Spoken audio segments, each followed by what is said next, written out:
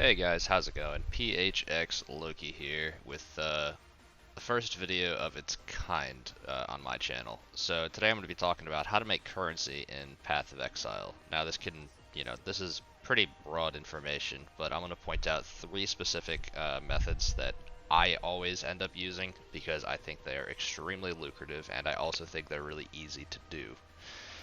Now, getting that out of the way, the first thing that you might want to do is farm the Uber Lab. Now the Uber Lab is not the easiest content in the game, but it's also not the most difficult content in the game.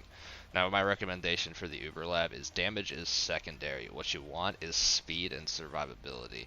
Now to farm the Uber Lab you're going to need one thing in particular, one of these. Offering to the Goddess. Now this is essentially a key, a one-time use key to get into the lab. Once you use this, it disappears.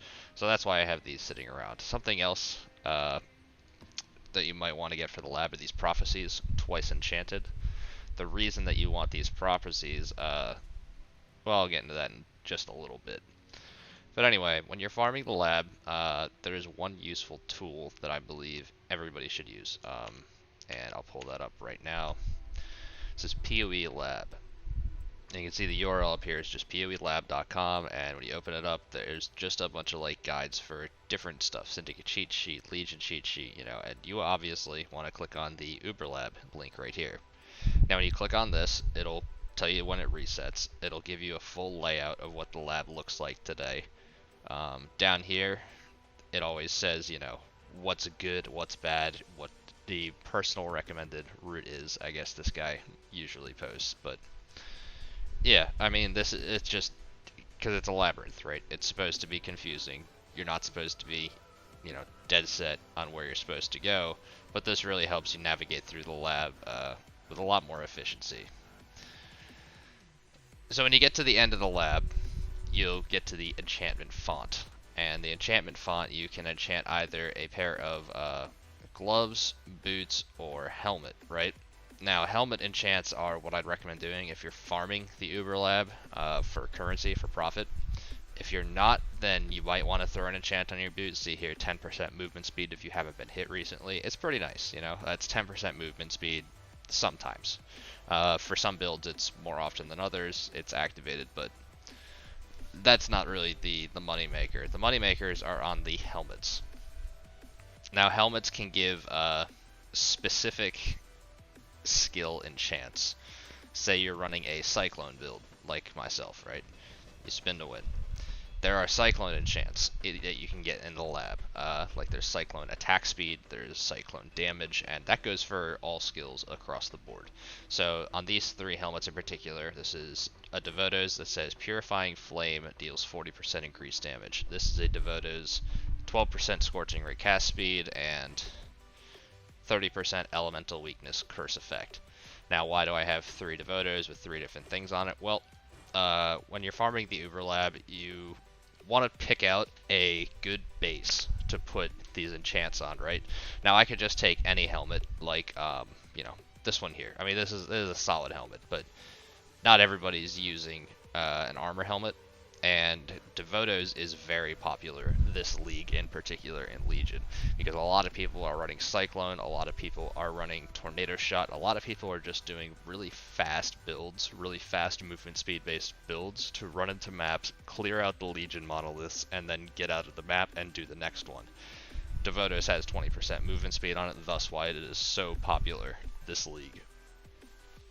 So what I do is I buy a couple of Devoto's. Now, obviously, the startup cost for doing Devoto's specifically is pretty high because they can run for, anywhere 60, 70, 80 chaos right now. That's like something, that's around where it is on the market. So buying three of them, I mean, it's going to cost you more than an Exalt just for three. Generally speaking, I have like 4 or 5 that I just sold 2 of them for an Exalt each. So just by having, I mean, I had 5. We'll assume I bought them for about 70 chaos each, right? So that's 350 chaos.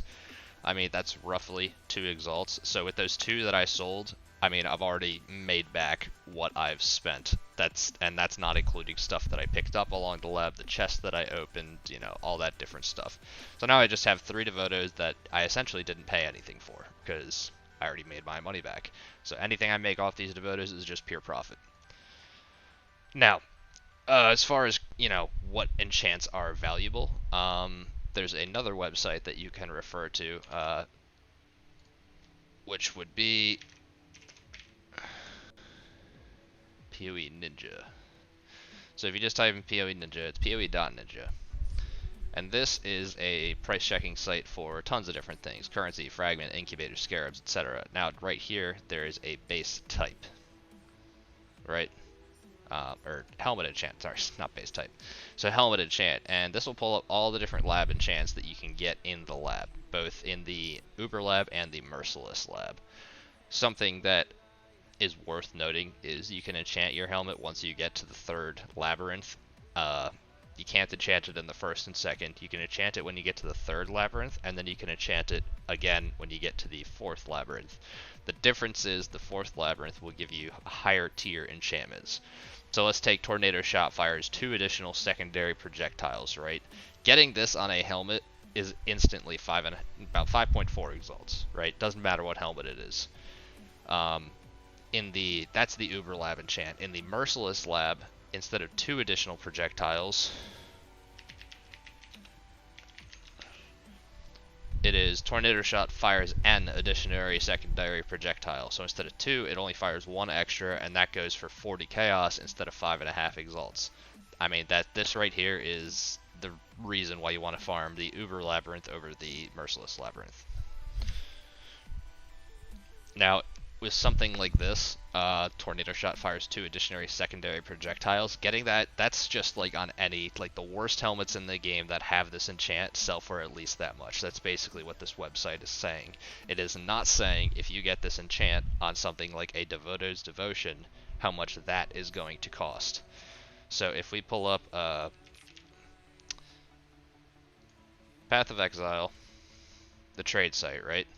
And we were to type Devoto's Devotion, and we put that in the search bar, and then Tornado Shot fires an additional secondary projectile, and put the minimum of 2, because if you remember, the Merciless lab was 1 and the Uber lab was 2, so we wanted to say at least 2, and we searched that. I mean, these are going for 40 exalts, not 5.5 exalts, because it is on the optimal base for the people using Tornado Shot. That is why I am running all those Devoto's Devotions to enchant them, because if I happen to hit something like this, I mean, that's incredible amounts of currency. Now going back to this, that is why I recommend picking up the Twice Enchanted Prophecy. Now to use the Twice Enchanted Prophecy, you can buy these from people, or you can find them yourself. Navali here, she has these prophecies that, you can get. And if you look for a prophecy, bam, you have one. Now you can, I don't have enough silver coins right now, but you can seal these prophecies, and when you seal them, it turns into something like this. Now to use it, all you do is you right click on it, bam, and now it's applied. So you will be rewarded with 2 uses of the enchantment device on completing the labyrinth. So now when you get to the end of the lab, after you've killed a Zaro for the 3rd time, and you get into the reward room, normally you could enchant your helmet once, now you can do it twice, which gives you, double the odds of getting a good enchantment. Which, again, is also why I have 3 of these, because I might get an enchantment that's worth, an exalt. Maybe 2 exalts, right? It's not, Tornado Shot fires 2 additional secondary projectiles, which is, the big ticket winner, but 2 exalts is still a lot of profit. So I set this one off to the side, I list it for sale, and then I have other Devotos that I can continue to enchant onto, even while this one is up for sale. That's why having multiple of these is good, because if you only have one and you get something pretty good on it, you don't want to overwrite it because it's worth something, right? Okay, so all that's out of the way. The last thing that I wanted to mention is what to look for inside of the labyrinth. Now, there's a couple of things inside the lab itself. If we pull up the Uber Lab page again, exit out of this. Now down here it says length, dark shrines, and gauntlets, and puzzle, and fonts. The fonts are what buffs Izaro during the fights. Not all that important, but something to note is if you let the fonts do their full, like, ability, their full thing towards Izaro, I don't even know what the hell to call it, but if you let like all 3 of the gargoyles buff Izaro, right, you'll get an extra treasure key at the end of the run, and you can get up to 3 keys that Izaro drops. He's guaranteed to drop 1, but he can drop up to 3 just by the fonts. Dark Shrines. Now, Dark Shrines are really important, and you can see these here on the map by the D and the red circle, right? There's one here, there's one here, there's one here, there's one here. Now, if I was running this lab, I would go from 1 to 2 to 4 to 5, 6, 7, 9, back to 7, 10, 11, 12, 16, and that would be my run. Now, the reason I would run it that way is because I get all of the Dark Shrines. Now, that might change as I'm running the lab, but the reason you want the Dark Shrines is they give you permanent buffs as you go through the lab. Some of the things that they can give you is traps deal half damage for the entirety of the lab. Traps are disabled in the final labyrinth encounter with Izaro, so when you get all the way to the end, the traps just are totally turned off, which is obviously helpful. You can get normal shrine buffs that last for the entirety of the lab. So I'm sure as you've been playing, you run into like acceleration shrines or the Frost Nova shrines or the shock shrines or something like that. Whenever you touch one of these dark shrines, there's a chance that you get one of those shrine effects, but it doesn't last for the normal like minute or whatever. It lasts for the entirety of the lab. So if you get something like, the acceleration shrine, you're going to be absolutely cruising through the lab because you have so much move speed and attack speed. The most important Dark Shrine and the most valuable one, in my opinion, is the Twice Enchanted Dark Shrine. So the Prophecy gives you 2 uses of the font, but if you don't use the Prophecy, you can still get Twice Enchanted from a Dark Shrine.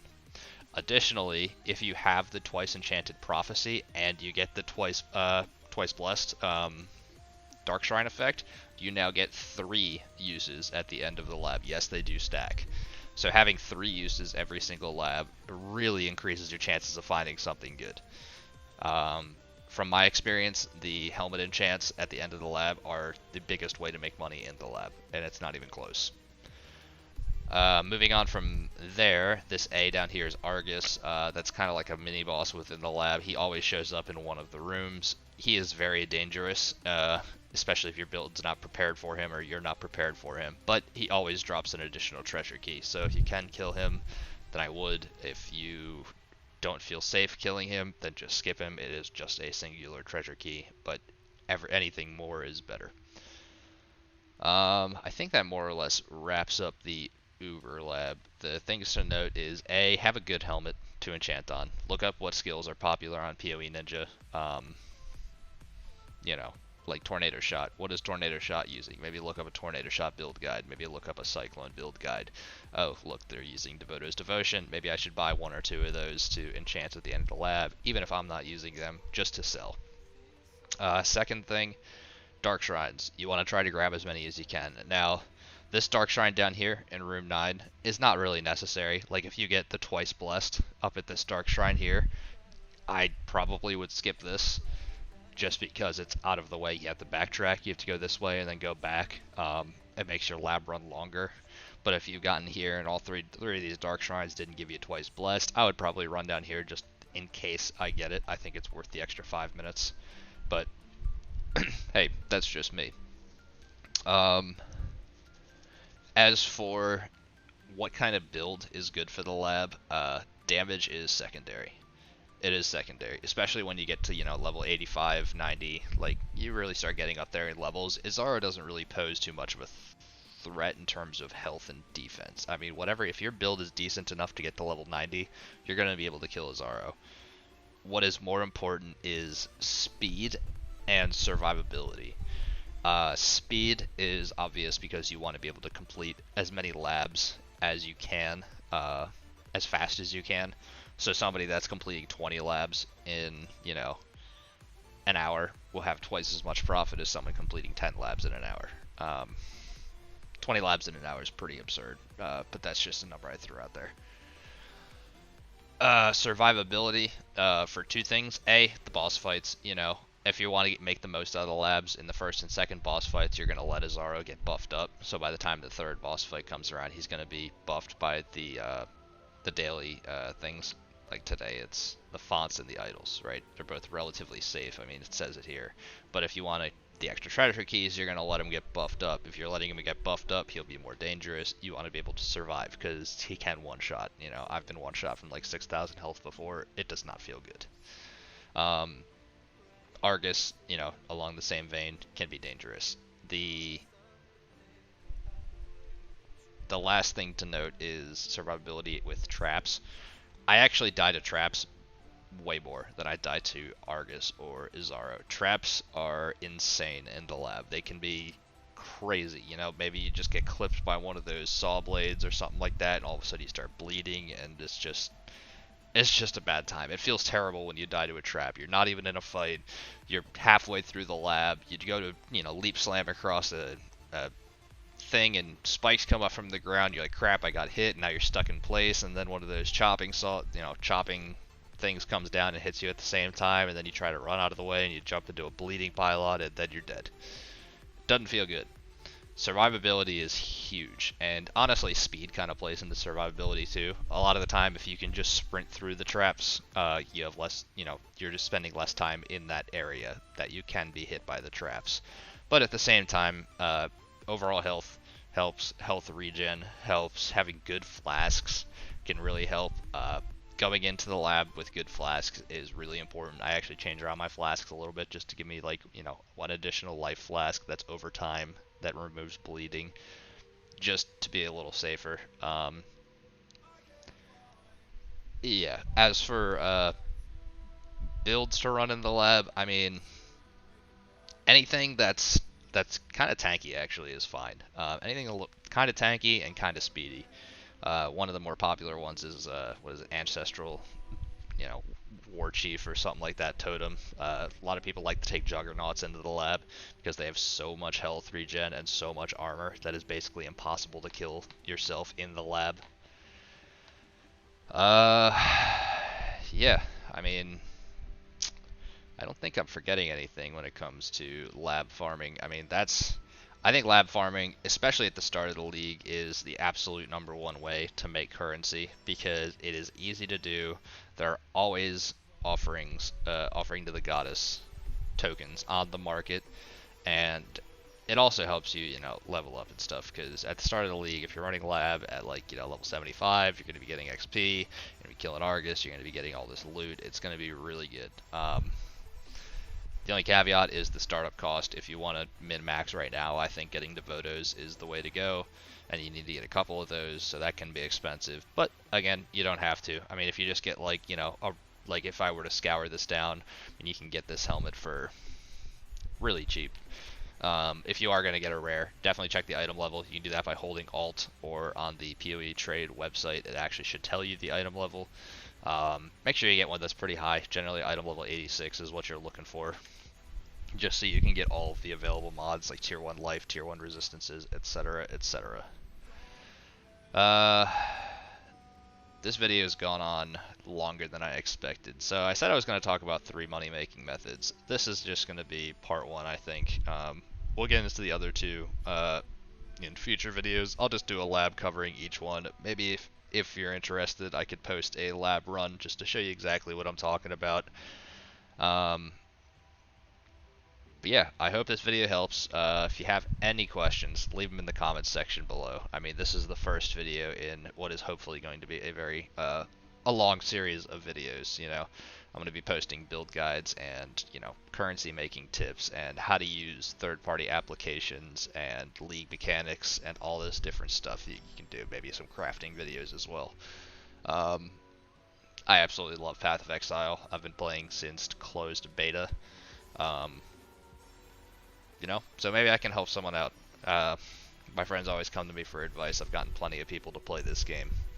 So if you like the video, subscribe, hit the bell, comment, leave a like, you know, all that good stuff. Do whatever you like. If you have any questions, leave them down in the comment sections. Any suggestions, anything that you want to see in the future that you would like me to cover, you know, just post a comment. I'll be reading them.